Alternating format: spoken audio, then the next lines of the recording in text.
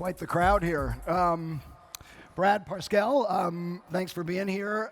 If we were doing this interview yesterday, I'd start out talking about your triumph a year ago in helping elect Donald Trump president, but we're doing it today, and last night the Democrats swept the races in Virginia, including the governor's race, against the candidate who many people were say were playing a Trumpian campaign.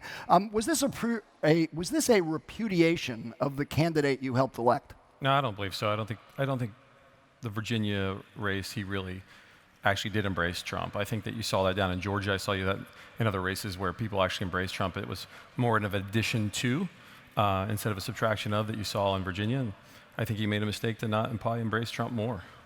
But it certainly has emboldened the Democrats and will. Yeah, I mean, I think that there's always ebb and flows. Those are tough races. You know, I think those are parts of it. Yeah, I think the 18 cycle. I think the Republican Party is in a great place for 18, and I think Americans will continue to support the Trump agenda. You have been described as the secret weapon of the Trump campaign because you figured out how to use data and Facebook. Tell us, what did you know and understand that the Clinton campaign did not?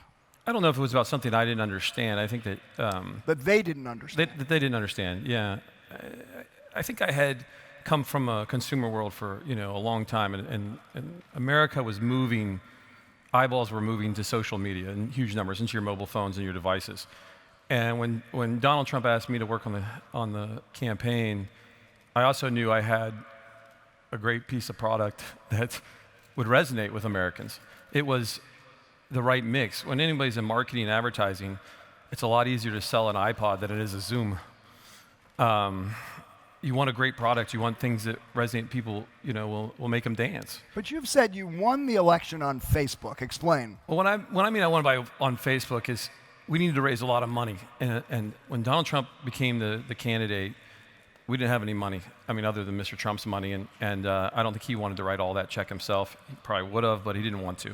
And we needed to create a grassroots campaign. We needed to go out and find people, and we needed to find millions of people to be our grassroots supporters.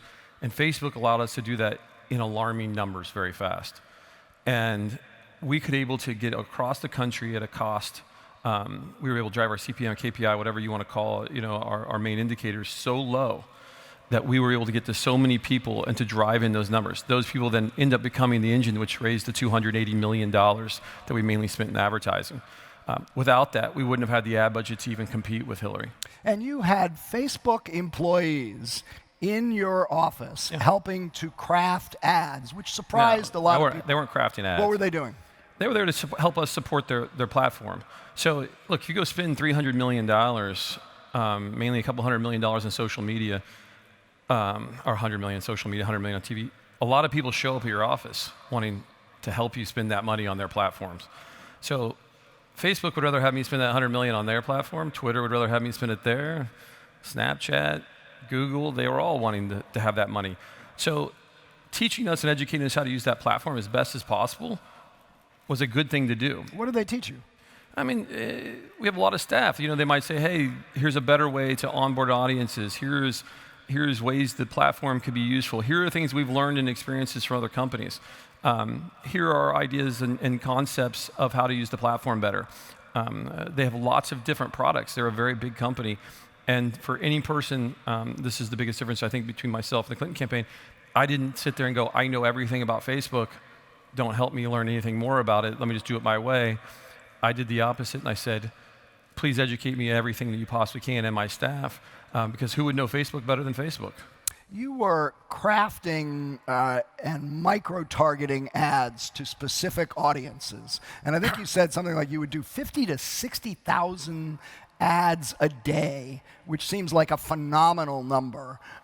Explain how you would do that and why there would be so many different ads. On a peak day, on a couple peak days, we had over 150,000 different pieces of creative running online. Right. Now, we had multiple programmatic buyers and platforms running across Facebook. What that would do is sometimes when you're trying to raise money, different people like different colors, people like different messages, long form, short form, pictures, images.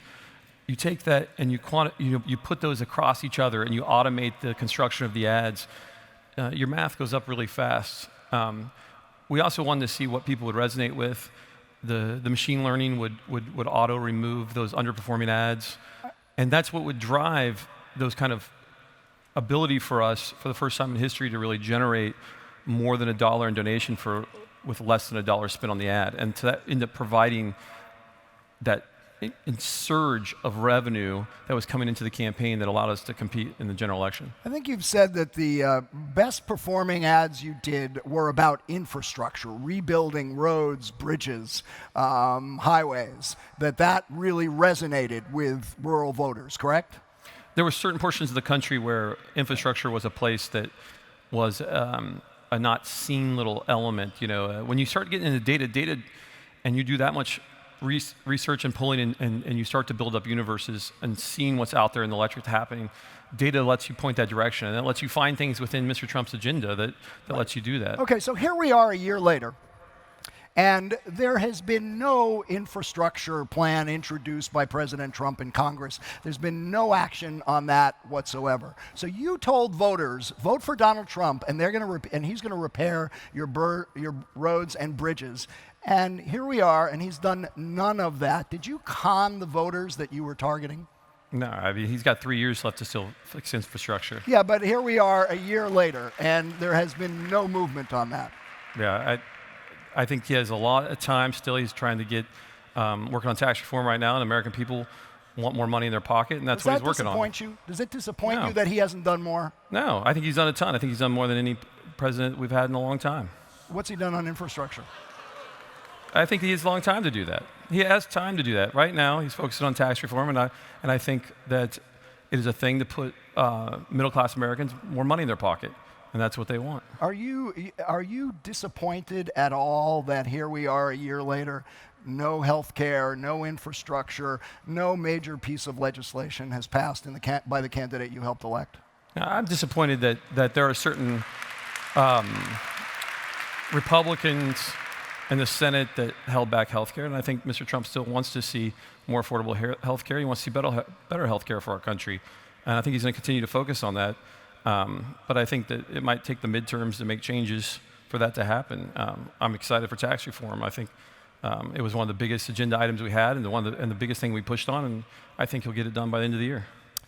There's been a lot of controversy, of course, about the Russian role in the election, and also a company called Cambridge Analytica, which I think you brought in to help you in crafting these ads. What role did Cambridge Analytica play in your campaign?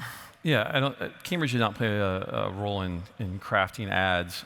Cambridge was brought on early. What were they doing? At the beginning, they really kind of helped us from a research strategy to help us raise money. We needed to build an infrastructure. They provided staff resources because we had to grow a large organization fast. They did a lot of polling, and they helped really kind of build some directional arrows for us to where to place the money. Being able to provide reporting back that says, hey, here are trends that are happening, so that I could move the budget around in a way and to make recommendations to the president and to leadership saying, hey, here's where we have an opportunity. We should go into this part of Michigan. We should go into this part of Wisconsin. They were able to drive that kind of information from the polling and research and really provide that in a visualization and a simple consumption model daily that allowed that to happen. There's been a theory put out by Democrats and other critics that Cambridge Analytica was helping you to target messages based on input from Russian state actors. Do you believe that happened? No. I mean, I have obviously no idea what Cambridge did, but we didn't use Cambridge in that manner. We didn't use any of their psychographic stuff. We didn't use their data. The data we used was all coming from the Republican National Committee and the changes they made after Romney, and via the data trust and the data sets they had. So our targeting data and that all data came from the party. Would you know if it had happened? If I would know what? That Russian state actors were helping Cambridge Analytica target your voters. It would have nothing to do with the campaign in any sense that I know of. Well, they were working for you, and you were running the digital strategy for the campaign. But their data was not a data set that we were using. So you were just using the RNC data, and using the RNC data for using targeting. them for what? The staff to research and do polling of that data. We would build some universes, but mainly building visualization tools that help us understand. It's a very complex manner of all the different pieces of data are, and to believe that some kind of ingested data like that would have some say in what we were doing just seems hard to believe. Right. As you know, a lot of continuing investigations into the role that the Russian influence campaign played in the election. We've had the revelations just in the last few weeks about all the Russian trolls that were targeting voters through Facebook. You were working so closely with Facebook for a lot of the same voters. Were you aware that Russian trolls were inside Facebook taking out these ads, targeting some of the same voters you were targeting? I actually think Facebook said in their testimony that targeting was not the same last week. Well, some were, some weren't. Yeah, but in any case, Facebook said the testimony last week in front of Congress that targeting was not the same. Right. Yet some of the Russian bots we know were exploiting and targeting Trump voters, correct? I don't know. I still think that it comes down to it, the size and the scope of what's there. Look, I don't want Russia and any foreign entity to meddle in our election any more than any other American. However, I think the scale and the scope of it was pretty tiny. I think they need, and Facebook and the platforms, probably should regulate and make sure that foreign entities don't come in there. That's their responsibility, probably. And the government and Facebook will figure that out. But I think to say that had any influence over Trump and his voice would be saying that if we took this whole building and made it a salad bowl and dropped 2 pieces of salt in it, you could taste it. And I just don't think that's a possibility. But we do know that there were Russian bots out there that were specifically speaking to your voters. And I want to ask you about one of them, 10_GOP. Tennessee _GOP, Republican Party, pretended to be a Tennessee Republican Party Twitter account. In fact, it was a Russian troll account, a Russian bot. And Trump campaign officials retweeted the messages from this fake Russian bot, including yourself. In fact, in October 20, you retweeted one of the tweets from this bot, which said, "Thousands of deplorables chanting to the media, tell the truth, RT if you're also done with biased media." And you retweeted that. Were you aware you were retweeting a Russian bot when you put that out there on Twitter? No, I was retweeting knowing that the media is biased. But it was a Russian bot, and you amplified its message. You were not aware of that. No, I don't think Twitter posts the flag or the IP addresses of other entities. I've retweeted lots of tweets. Millions of people retweet tweets. You don't have any idea who's behind that account. I agree with the message that the media was biased. Did I have any idea who's behind it? No. If there would have been a Russian flag and an IP up there and saying this is a meddling in our thing, would I retweet it? No. But that's not information that I don't know. Do you feel manipulated? Do I feel manipulated by Russia? Yes. For retweeting one tweet?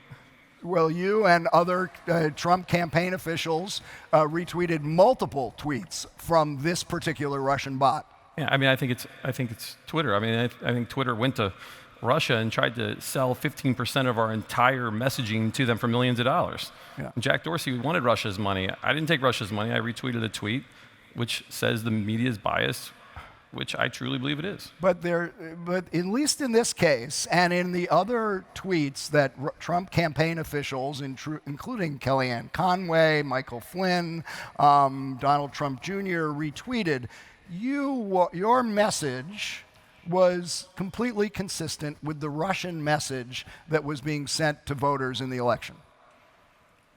I think if you're retweeting their messaging, you want it amplified. You are consistent with their messaging. I think you're defining exactly what I retweeted. I'm sorry? I think you're defining in your questioning Right. exactly what I retweeted. Explain. I mean, that's not even a story to say of some retweet. I just think it's ridiculous. I mean, like, I don't know who's behind that. I retweet a tweet. I retweet a lot of tweets. It's not saying that I endorse anything that's behind that. I think it's part of the messaging. I think it's bad that Russia meddles. I think it's bad for any foreign entity to meddle in the election. I don't want that. However, I don't have the ability to know what's going on there. I don't have the ability to regulate it. I can't do anything about it. Okay. I hope they do something about it. But you're sorry you did that. No, I'm not sorry. I mean, I can't take back what I already tweeted.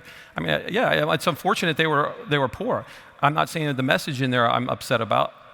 Yes, I feel bad that it was there was not a Tennessee account and that I got fooled that it was a Tennessee GOP account. Yeah, I mean, I wish Twitter would make that more obvious. Right, right. As you look at the controversy over Russia's role in the election, I mean, it's clear you're acknowledging here that they did fool people, including yourself, including senior officials of the Trump campaign. Do you think it would be better if the president, instead of fighting the investigations that are being conducted by the Congress and Special Counsel Mueller, embraced it and said, please, let's get to the bottom of this. I want to work with you. I'm going to stop attacking everybody who investigates this. Let the facts speak for themselves. I can only speak for myself, and I've said that I hope they figure out everything that happened and what it is and prevent it from happening in the future. I've always been fully supportive of the investigation. So when the president attacks Special Counsel Mueller or the You'd have to ask him that. I mean, I don't speak for the president. I'm just asking your thoughts. I don't speak for the president. I can only speak for myself and say, I hope they investigate it and they figure out all the truth and they stop it from happening in the future. Looking forward, you're working for the president's super PAC now, and you hope to be working for his re-election. What does he have to do to make your job easier for 2020? Keep tweeting. That's it? I love him tweeting. So govern by tweeting. No, I think he talks directly to the people. I'm sick of people who don't want to talk directly to the people. And I think that we had a whole bunch of politicians that wanted you to have the view of which the media gave them, and I'd much rather have a president that talks directly to me. Well, if you had one word of advice for him right now, beyond keep tweeting, what would it be? One word of advice. Hire me again in 2020. Sounds like you probably are in good standing for that. Anyway, we are exactly out of time. There's a lot more, but I appreciate you answering the questions. No problem. Thank you. Thank you. Okay.